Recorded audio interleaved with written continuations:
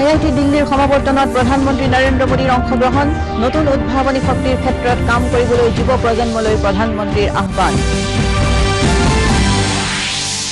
অভিনন্দন আঁচনিৰ হিতাধিকাৰী শিক্ষাৰ্থীলৈ অনুমোদন পত্ৰ প্ৰদান মুখ্যমন্ত্ৰী সৰ্বানন্দ সোণোৱালৰ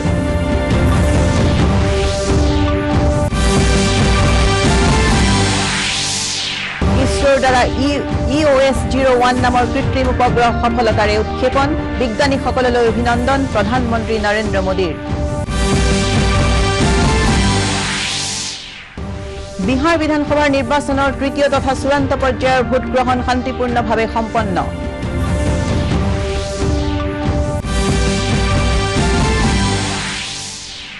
আৰু অসমত কোভিড আৰোগ্যৰ হাৰ ক্ৰমাগতভাৱে বৃদ্ধি দেশত 92.41% আৰোগ্য লাভ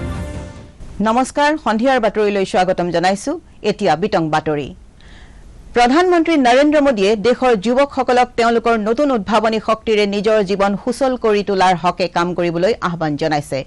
প্ৰধানমন্ত্ৰীয়ে কয় যে দেশে যেহেতু ব্যৱসায় ব্যৱস্থা সুচল কৰি তুলিছে সেয়েহে তেওঁলোকে নিজৰ উদ্ভাৱনী কৌশল প্ৰয়োগ কৰি কাম কৰা উচিত ভাৰতীয় প্ৰযুক্তিবিদ্যা প্ৰতিষ্ঠান দিল্লীৰ 51 সংখ্যক সমাৱৰ্তনত প্ৰধানমন্ত্ৰীয়ে ভাৰ্চুৱেল মাধ্যমেৰে ভাষণ দি লগতে কয় যে উদ্ভাৱন হৈছে আত্মনিৰ্ভৰ ভাৰত অভিযান সফল কৰি তোলাৰ ক্ষেত্ৰত এক বৃহৎ শক্তি প্ৰধানমন্ত্ৰীয়ে গোলকীয়কৰণৰ সৈতে স্বাৱলম্বিতাও সমানেই গুৰুত্বপূৰ্ণ বুলি মন্তব্য কৰে তেওঁ কয় যে কোভিড সংকটৰ কালছোৱাত বিশ্বত এক বিশেষ পৰিৱৰ্তন সাধন হৈছে আৰু কোভিড পৰৱৰ্তী বিশ্বত প্ৰযুক্তি কৌশলে গুৰুত্বপূৰ্ণ ভূমিকা পালন কৰিবলৈ লৈছে प्रोफेसर वीर राम गोपाल राव जी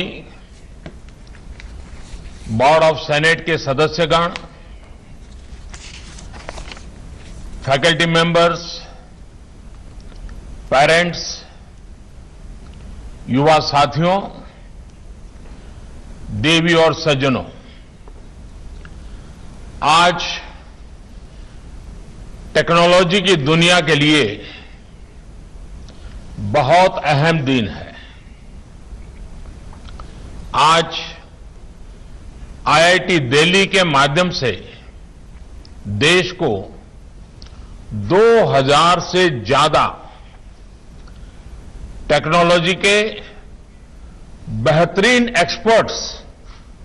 आज देश को मिल रहे हैं जिन स्टूडेंट्स को आज डिग्री मिल रही है उन सभी विद्यार्थी साथियों को उनके पेरेंट्स को विशेष रूप से उनके गाइड्स फैकल्टी मेंबर्स सभी को आज के इस महत्वपूर्ण दिवस पर मेरी तरफ से अनेक अनेक शुभकामनाएं राज्य सरकारे ग्रहण करा विभिन्न आसनिर जरियते राज्यखনৰ 52 लाख শিক্ষাৰ্থী উপকৃত হৈছে বুলি মুখ্যমন্ত্ৰী সৰ্বানন্দ সোণোৱালে প্ৰকাশ কৰিছে গুৱাহাটীৰ সমীপৰ আমিনগাঁৱত আয়োজিত এটা অনুষ্ঠানৰ অভিনন্দন আসনিৰ অধীনত শিক্ষাৰ ঋণৰ ৰাজ সাহায্যৰ বাবে মঞ্জুৰ কৰা হিতাধিকাৰীসকললৈ আনুষ্ঠানিক অনুমোদন পত্ৰ প্ৰদান কৰি মুখ্যমন্ত্ৰী সৰ্বানন্দ সোণোৱালে এই কথা প্ৰকাশ কৰে উল্লেখযোগ্য যে এই আসনিখনৰ অধীনত 2019 চনৰ ডিসেম্বৰত 1545 আৰু চলিত মাহত 4507 গৰাকী শিক্ষাৰ্থীলৈ 50,000 টকাৰ ৰাজ সাহায্য তেওঁলোকৰ একাউণ্টলৈ প্ৰত্যক্ষভাৱে হস্তান্তৰ কৰা হয় এই আঁচনিখনৰ অধীনত এতিয়ালৈকে 6052 গৰাকী শিক্ষাৰ্থীয়ে শৈক্ষিক ঋণ লাভ কৰি উপকৃত হৈছে অনুষ্ঠানত শিক্ষা মন্ত্ৰী ডক্টৰ হিমন্ত বিশ্ব শৰ্মাই অংশগ্ৰহণ কৰি কয় যে ৰাজ্যখনৰ ছাত্ৰ-ছাত্ৰীসকলে উচ্চ শিক্ষা লাভৰ পৰা যাতে বঞ্চিত নহয় সেই দিশটোৰ প্ৰতি লক্ষ্য ৰাখিয়েই অভিনন্দন আঁচনি গ্ৰহণ কৰিছে লক্ষ্য ৰাখি এই কামত আত্মনিয়োগ কৰা হৈছে আৰু গোটেই পৰিকল্পনা প্ৰস্তুত কৰিছে ডক্টৰ হিমন্ত বিশ্ব শৰ্মা ডাঙৰীয়া মই তেখেতক ধন্যবাদ জনাইছো বাৰ্ষিক বাজেটত যিমান আঁচনিৰ কথা আমি উল্লেখ কৰিছিলোঁ পৰিকল্পনা আৰু ৰূপায়ণ আৰু একেবাৰে বেনিফিচিয়াৰী বা যাৰ উদ্দেশ্যে কৰা হৈছে তেওঁৰ ওচৰলৈ এই ঘোষণাসমূহ একেবাৰে তেওঁৰ হাতলৈ এই যিটো যাত্ৰা এই যাত্ৰা এটাৰ পিছত এটাকৈ চলিছে আজি আমি ইয়াতে অভিনন্দন কাৰ্যসূচীৰ জৰিয়তে বেংকৰ পৰা শিক্ষা ঋণ লোৱা প্ৰায় 4,000 ছাত্ৰ-ছাত্ৰীক 50,000 টকাকৈ আমি তেওঁলোকৰ একাউণ্টত আজি আমি জমা দিলোঁ ভাৰতীয় মহাকাশ গৱেষণা সংস্থা চমুকৈ ইছৰোই আজি অন্ধ্ৰপ্ৰদেশৰ শ্ৰীহৰিকোটাৰ সতীশ ধাৱান মহাকাশ কেন্দ্ৰৰ পৰা EOS-01 নামৰ সকলো বতৰ পৰ্যবেক্ষণ উপযোগী এটা কৃত্ৰিম উপগ্ৰহ সফলতাৰে উৎক্ষেপণ কৰে। PSLV C-49 যানৰ সহায়ত প্ৰক্ষেপ কৰা এই উপগ্ৰহটোৰ লগতে সমান্তৰালকৈ আন 9খন গ্ৰাহক উপগ্ৰহও মহাকাশলৈ প্ৰেৰণ কৰা হৈছে। উল্লেখযোগ্য যে শ্ৰীহৰিকোটাৰ পৰা এই বৰ্ষত উৎক্ষেপণ কৰা এইটো হৈছে ভাৰতৰ প্ৰথমটো মহাকাশ অভিযান। প্ৰধানমন্ত্ৰী নৰেন্দ্ৰ মোদীয়ে এই উপগ্ৰহৰ সফল উৎক্ষেপণৰ বাবে ইছৰোৰ কৰ্মকৰ্তাসকলক অভিনন্দন জনাইছে। ইছৰোৰ অধ্যক্ষ ডক্টৰ কে শিৱনেও উপগ্ৰহৰ উৎক্ষেপণৰ সৈতে জড়িত বিজ্ঞানী অভিযন্তা আৰু কৰ্মীসকলক অভিনন্দন জনাই কয় যে এই অভিযান হৈছে আগন্তুক দীপাৱলী উদযাপনৰ এটা মুহূৰ্ত। I am extremely happy to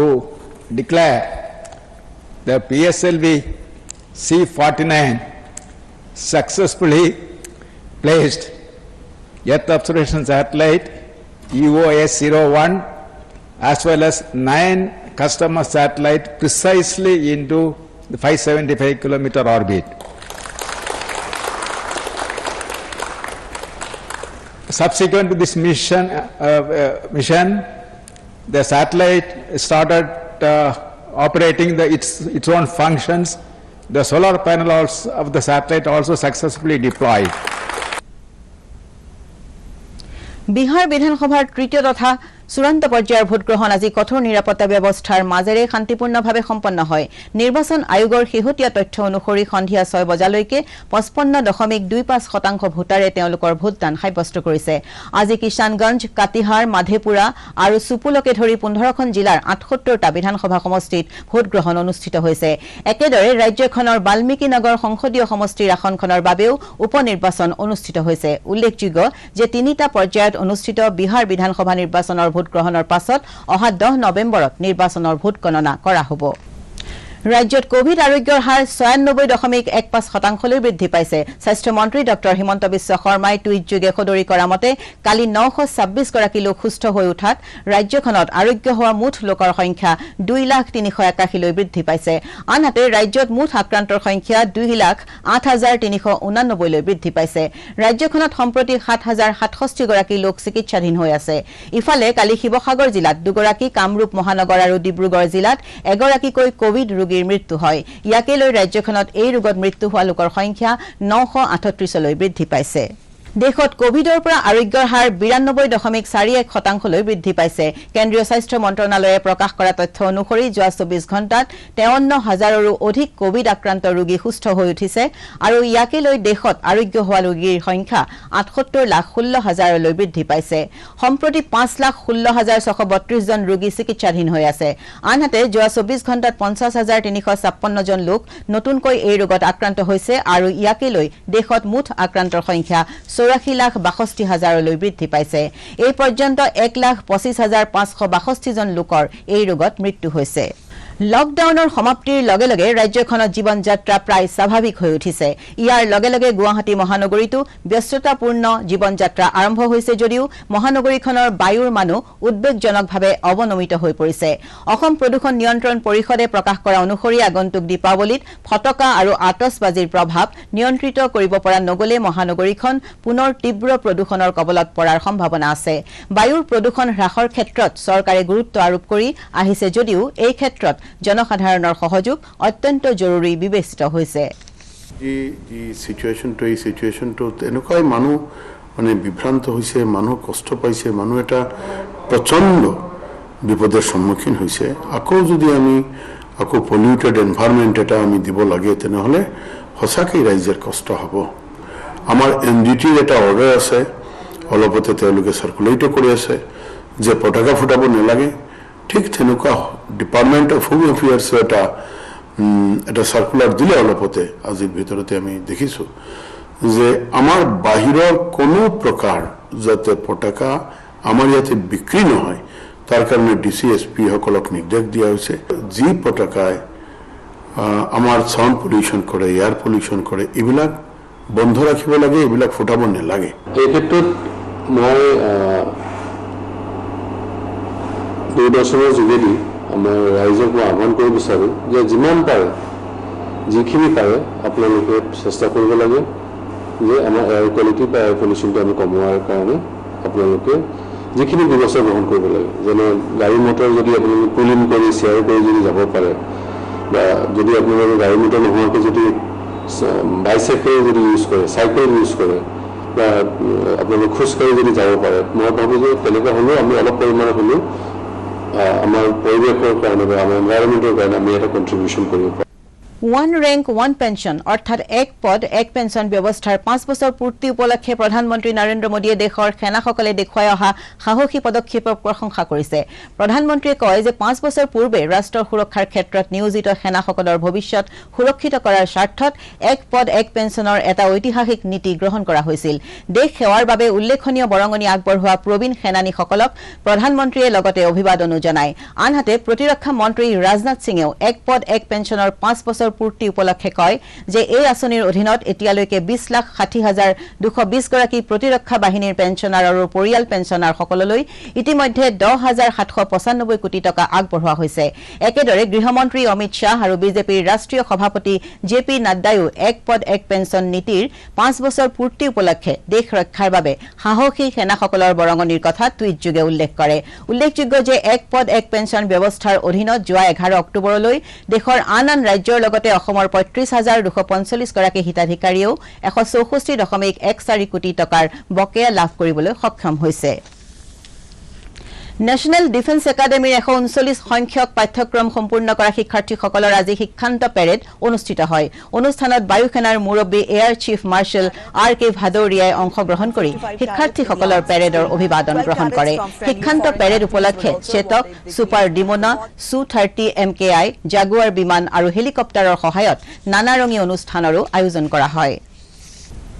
কেন্দ্ৰীয় সংখ্যালঘু পৰিক্ৰমা মন্ত্ৰী মুখতাৰ আব্বাছ নাকভিয়ে আজি 2021 চনৰ হজ যাত্ৰীৰ বাবে নীতি নিৰ্দেশনা ঘোষণা কৰিছে নাকভিয়ে ঘোষণা কৰা অনুসৰি কোভিড মহামাৰীৰ পৰিস্থিতিৰ প্ৰতি লক্ষ্য ৰাখি হজ যাত্ৰাৰ সময়ত যাত্ৰীসকলে ৰাষ্ট্ৰীয় আৰু আন্তঃৰাষ্ট্ৰীয় নীতি নিৰ্দেশনা মানি চলিব লাগিব হজ যাত্ৰালৈ যাবলগীয়া যাত্ৰীসকলে আজিৰে পৰা আৰম্ভ হোৱা অনলাইন ব্যৱস্থাৰ মাধ্যমত হজ মোবাইল এপ যোগে আবেদন জনাব লাগিব আৰু আবেদনৰ শেষ তাৰিখ অহা 10 ডিচেম্বৰ নিৰ্ধাৰণ কৰা হৈছে বুলি তেওঁ কয় মন্ত্ৰীগৰাকীয়ে কয় যে অহা বছৰৰ জুন জুলাইত হজ যাত্ৰা আৰম্ভ হ'ব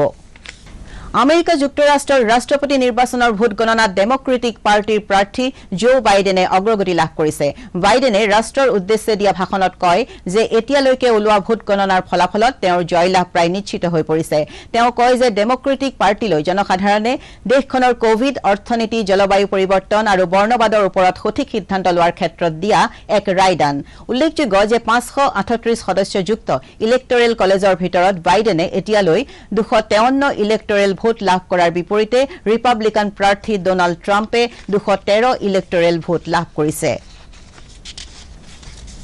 কাছাৰ জিলাৰ অসম মিজোৰাম সীমান্তত চলি থকা সংঘাতৰ প্ৰতিবাদত সদৌ কাছাৰ কৰিমগঞ্জ আৰু হাইলাকান্দিৰ ছাত্ৰ সংগঠন আকছাই আহ্বান জনোৱা আজি 12 ঘণ্টা জোৰা বৰাক বন্ধৰ ফলত উপত্যকাটোত বন্ধৰ মিশ্ৰিত প্ৰভাৱ পৰা পৰিলক্ষিত হয় বন্ধৰ সময়ছোৱাত চহৰ আৰু গাঁও অঞ্চলত স্কুল কলেজ আৰু চৰকাৰী কাৰ্যালয় খোলা আছিল যদিও ছাত্ৰ ছাত্ৰী আৰু কৰ্মীৰ উপস্থিতি খেৰেঙা আছিল কাছাৰ জিলাৰ উপায়ুক্তৰ কাৰ্যালয়ৰ সন্মুখত ধৰ্ণা দিয়া প্ৰায় 40 গৰাকী বন্ধ সমৰ্থকক প্ৰশাসনে সাময়িকভাৱে গ্ৰেপ্তাৰ কৰে যদিও পিছত তেওঁলোকক মুকলি কৰি দিয়া হয়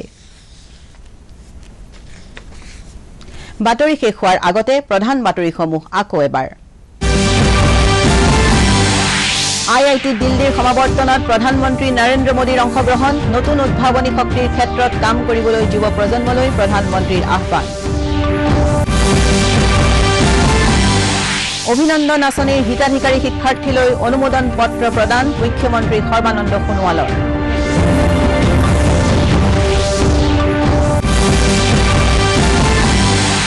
ইছৰোৰ দ্বাৰা EOS-01 নামৰ কৃত্ৰিম উপগ্ৰহ সফলতাৰে উৎক্ষেপণ বিজ্ঞানীসকললৈ অভিনন্দন প্ৰধানমন্ত্ৰী নৰেন্দ্ৰ মোদী বিহাৰ বিধানসভাৰ নিৰ্বাচনৰ তৃতীয় তথা চূড়ান্ত পৰ্যায়ৰ ভোটগ্ৰহণ শান্তিপূৰ্ণভাৱে সম্পন্ন